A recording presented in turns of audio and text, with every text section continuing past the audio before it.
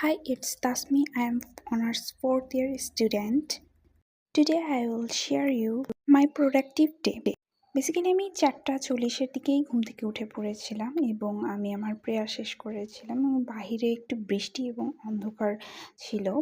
First of all আমি ঘুম থেকে ওঠার পরেই এই বইটা পড়াশোনা শুরু করেছিলাম এবং দেন আমার একাডেমিক্যাল পড়াশোনা স্টার্ট করেছিলাম। আফটার দ্যাট ১ ঘন্টা ৪১ মিনিটের মতো পড়ার পর বাইরের ওয়েদারটা অনেক বেশি সুন্দর ছিল অ্যান্ড আমি একটু ব্রেকফাস্টও করে নিলাম।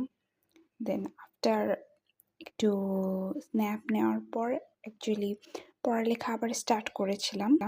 সামনে আমার মিড এক্সাম শুরু হবে সে কারণে এবং ৩ ঘন্টার মতো পড়ার পর আজকের মতো স্টাডি সেশন শেষ করলাম। Thanks for watching.